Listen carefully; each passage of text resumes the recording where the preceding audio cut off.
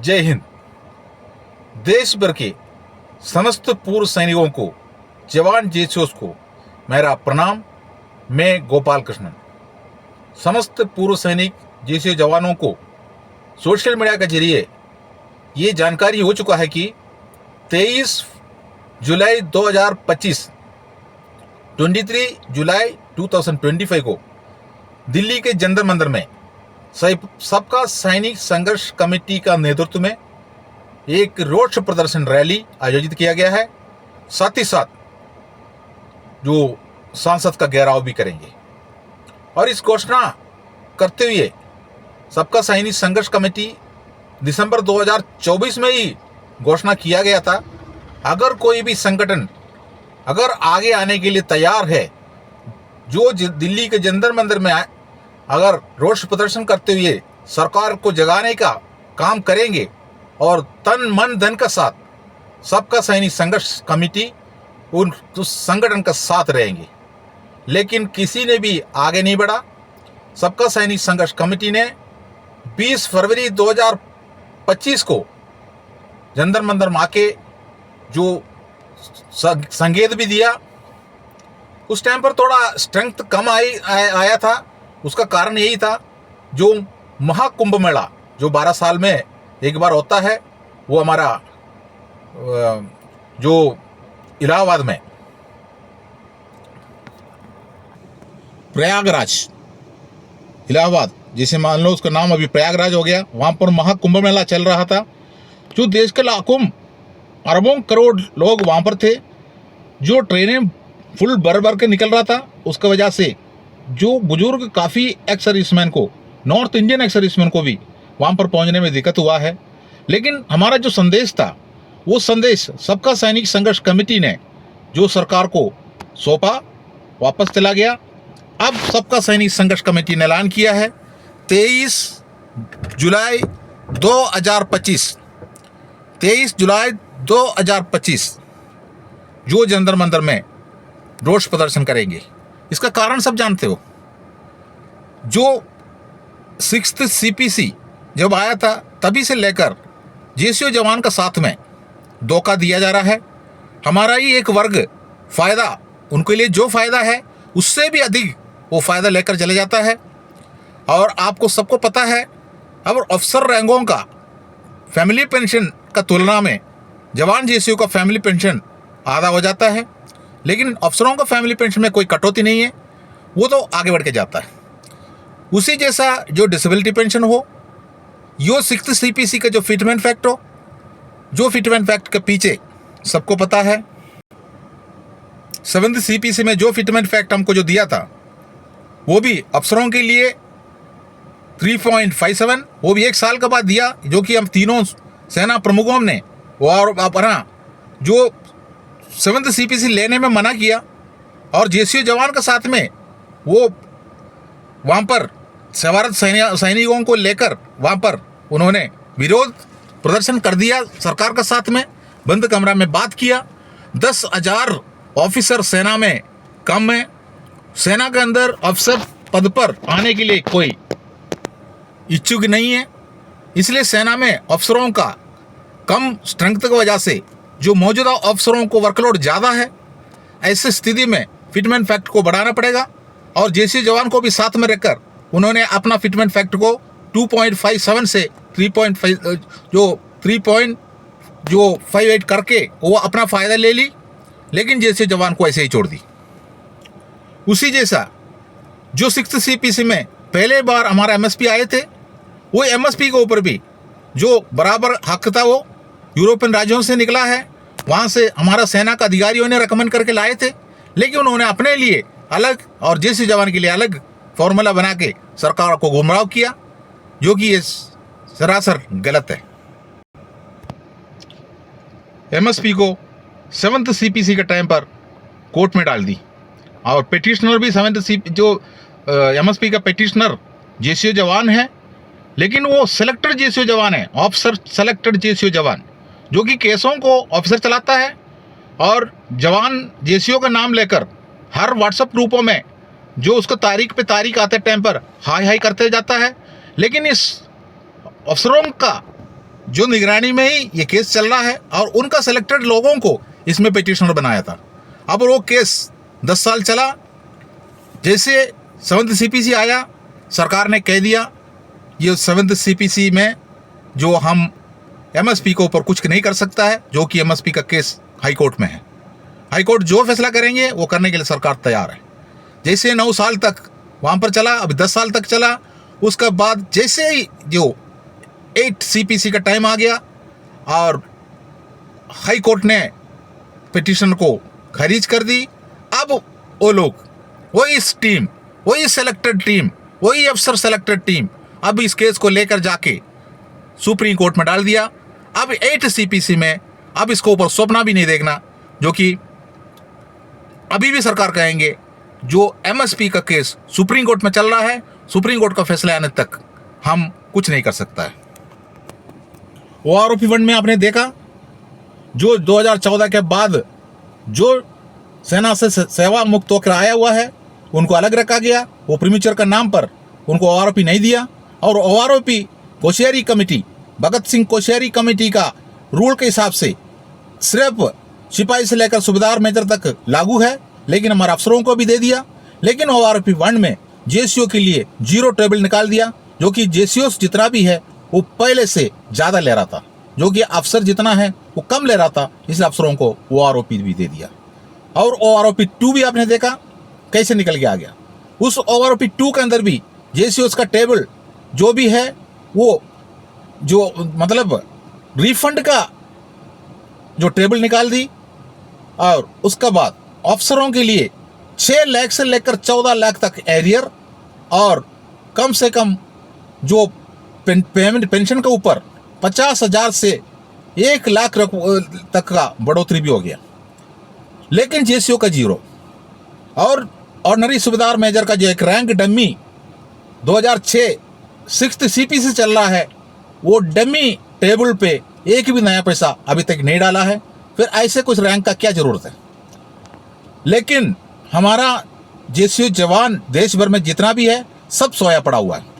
सभी ने अपना संगठन का नेतृत्व करने वाला ऑफिसर और अपना जो संगठन जो ताल्लुकात रखता है जो किसी भी राजनीति पार्टी के साथ में, ये सब सोचकर बढ़ के अपना जगह पर लगे हैं। लेकिन JCO जवान का दिन पे दिन उनका जो भी अतरेज, उनके लिए अतरेज पेंशन है या उनके लिए जो भत्ता है, हर चीज़ों के ऊपर दो गलत व्यवहार चल रहा है। इसी जैसा OROP 3 जब आ गया, सभी ने देखा NFU अफसरों का NFU कई सालों से उन्होंने मांग रहा था, वो कोर्ट केस भी करके रखा था, लेकिन चुपके से उन्होंने NFU OROP 3 में लागू करके अफसरों का रैंकों में जो एक निचले रैंक का अफसर को भी जनरल रैंक का पेंशन का टेबल में लेके गया। लेकिन हमारा टेबल को वैसे की वैसे छोड़ दिया, JCOs को रिफंड का ही टेबल लगा दी। अब आप बताइए, हमारा नेतृत्व करने वाला हमारा ऑफिसर हमारा साथ में सरकार को गुमराह करके इसी जैसा काम करके वो अपना फायदा लेकर जाता है, तो हम लोग चुप क्यों बैठूं? हमारा ही सहारा लेकर, हमारा ही JCO जवान का सहारा लेकर अफसरों ने ये सब करता है। आप सबने देखा जंतर मंतर पे लगातार 1 साल 14 महीना, जैसे मान लो जो 382 डेज जो वहाँ पर हमारा आंदोलन चला, उस आंदोलन को तोड़ मोड़ करने के लिए क्या कुछ कार्रवाई हुआ है, क्या क्या हुआ है, सब जान सकता है, सबको पता है इसके बारे में। JCO जवान का अपना FEO बना, FEA बना, FEO को बनने के पहले ही उस FEO को हम तोड़ देंगे, उस FEO का कोई काम नहीं चलेगा, उनका रजिस्ट्रेशन नहीं होगा। ये सब जंतर मंतर पर अफसरों ने धमकी दिया था। बाद में FEA बना, सबका सैनिक संघर्ष कमेटी का किसी ने उसके ऊपर कोई पद नहीं लिया। इसलिए नहीं लिया जो कि हमारा जो अफसर नेतृत्व में चलने वाले जो संगठन गुमराह करके रखा ऑल इंडिया लेवल पे, जो सबका सैनिक संघर्ष कमेटी पद, जो ऊंचे पद लेने के लिए जो FEA बना रहा है, तब सबका सैनिक संघर्ष कमेटी के नेतृत्व ने उसको ऊपर यह फैसला किया, सबका सैनिक संघर्ष कमेटी का किसी भी जो उसी के अंदर लीडरशिप में काम कर रहा है कोई भी कोई पद नहीं लेंगे, पद जो दूसरा संगठन के लोगों को दिए जाएंगे। अब इस समय हर जगह पर चर्चा हो रहा है। जंतर मंतर पर रोज रोज रोष प्रदर्शन चल रहा है। जो 8 CPC का जो गठन मतलब घोषणा करके छोड़ दिया, हर डिपार्टमेंट, जो रेलवे हो या पोस्ट ऑफिस हो, जो PSU का डिपार्टमेंट हो, सभी लोगों ने, सभी कर्मचारी यूनियन ने जो जंतर मंतर पर आंदोलन हर रोज कर रहा है। आज का दिन भी, आज 16 जुलाई 2025 है, आज के दिन में भी जंतर मंतर पर आंदोलन है, जो कि हर कर्मचारी यूनियन को पता है सरकार हमको धोखा देंगे। उनका कहना है पिछले पे कमीशन में हमने जो कुछ मांगा पूरा नहीं मिला, तो ये उसका जो उन्होंने उसी का ही ऊपर जो मेमोरेंडम बना के सरकार को देकर एक एक दिन का धरना देकर जा रहा है, जो कि यही होता है जो पे कमीशन का पहले कर्मचारी यूनियन करने वाला काम। लेकिन जो कम से कम 5000 से ऊपर पूर्व सैनिकों का वेलफेयर के लिए संगठन बना के ऑल इंडिया लेवल पे हर राज्यों में लोग बैठा हुआ है, इनका किसी भी नेता को कोई काम इसका बारे में कोई जानकारी नहीं है, जो कि जंतर मंतर में रोज रोज रोष प्रदर्शन हर कर्मचारी यूनियन कर रहा है। लेकिन हमारा साथ में पहले से ही धोखा है, तो हमारा जो कुछ मेमोरेंडम, अपना बैनर किसी भी जगह पर लगा के सरकार को कम से कम नींद से उड़ाना हमारा जरूरी होता है। लेकिन हमारा किसी भी संगठन इस काम के लिए आगे नहीं आ रहा है। लेकिन साथियों, ये एक मौका है। सबका सैनिक संघर्ष कमेटी ने जो JCO जवान के लिए जो मांग है, ये सभी सभी संगठन के अंदर जो JCO जवान है, जो उन्हीं का जो मांग सरकार के सामने रखा है, मेमोरेंडम सौंप दिया। माननीय प्रधानमंत्री, रक्षा मंत्री, राष्ट्रपति जी को हमारा सबका सैनिक संघर्ष कमेटी का टीम दिल्ली में पहुंचकर अपना मेमोरेंडम सरकार को सौंपा है। आप ये नहीं सोचना प्रधानमंत्री कार्यालय में और रक्षा मंत्री के कार्यालय में और अपना राष्ट्रपति कार्यालय में हमारा मेमोरेंडम को किसी जगह पर रेती में डालेंगे, क्योंकि जैसे इनके पास ये मेमोरेंडम पहुंचा तभी इन्होंने सतर्क हो गया। अब उसको होम मिनिस्ट्री में उन्होंने फॉरवर्ड कर दिया। हर जगह पर हर राज्यों का पुलिस को सतर्क किया गया है, जो कि एक्स सर्विसमैन का मूवमेंट को जो देखने के लिए सर्विलांस में है सभी। मैं जो भी भाषण अभी आपको दे रहा है, मेरे हर रोज मेरे को जो फोन आता है, आप कहाँ हैं, किधर है, कितना लोग आएंगे, कहाँ से आएंगे, कौन सा रास्ता से आएंगे, क्योंकि वो ठीक है, वो सरकार का काम है। लेकिन हमने सरकार को मेमोरेंडम दिया है विस्तार विवरण के साथ। हमारा साथ में जो हुआ है विस्तार विवरण के साथ, हमारा जो विसंगतियां हुई है उसको मेमोरेंडम के जरिए सरकार को हमने बताया है। वो सब जो मांग जो हमने किया है, जो सरकार को जो मेमोरेंडम दिया है, उस मेमोरेंडम में जो लिखा है वो हमारा देश का समस्त पूर्व सैनिक JCO जवान का हक है। और अपना हक मांगने के लिए हम सरकार को निमंत्रण दिया है, सरकार को मेमोरेंडम दिया है। सरकार से ये सब मांगने के लिए पूर्व सैनिक संगठन कोई भी हो, उनको किसी अफसर का परमिशन लेने की जरूरत ही नहीं है, जो कि इस कर्मचारी यूनियन से जितना भी ऑल इंडिया में है, सभी सरकार को निमंत्रण देके मेमोरेंडम देके अपना मांग रखता है। उसी जैसा हम भी कर सकता है। डिफेंस सिविलियन ऐसे ही करता है, हर डिपार्टमेंट ऐसे ही करता है।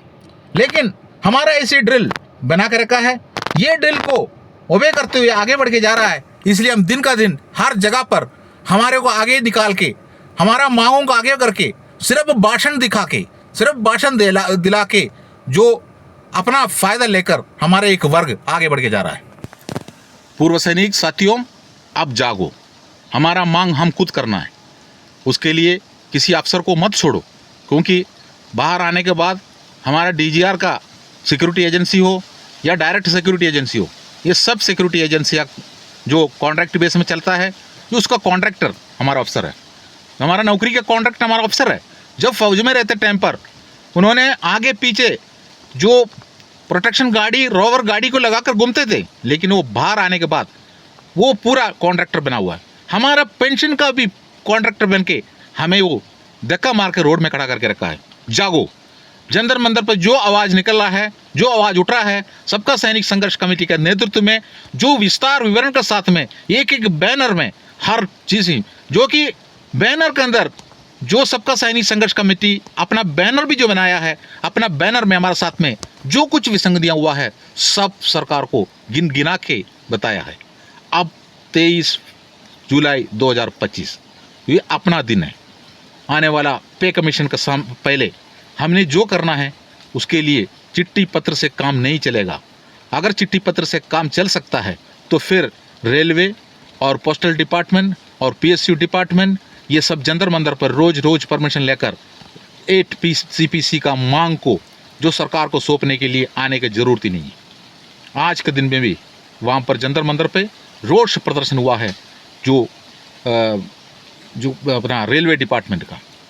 आप जागो, अपना मांग भी करना जरूरी है।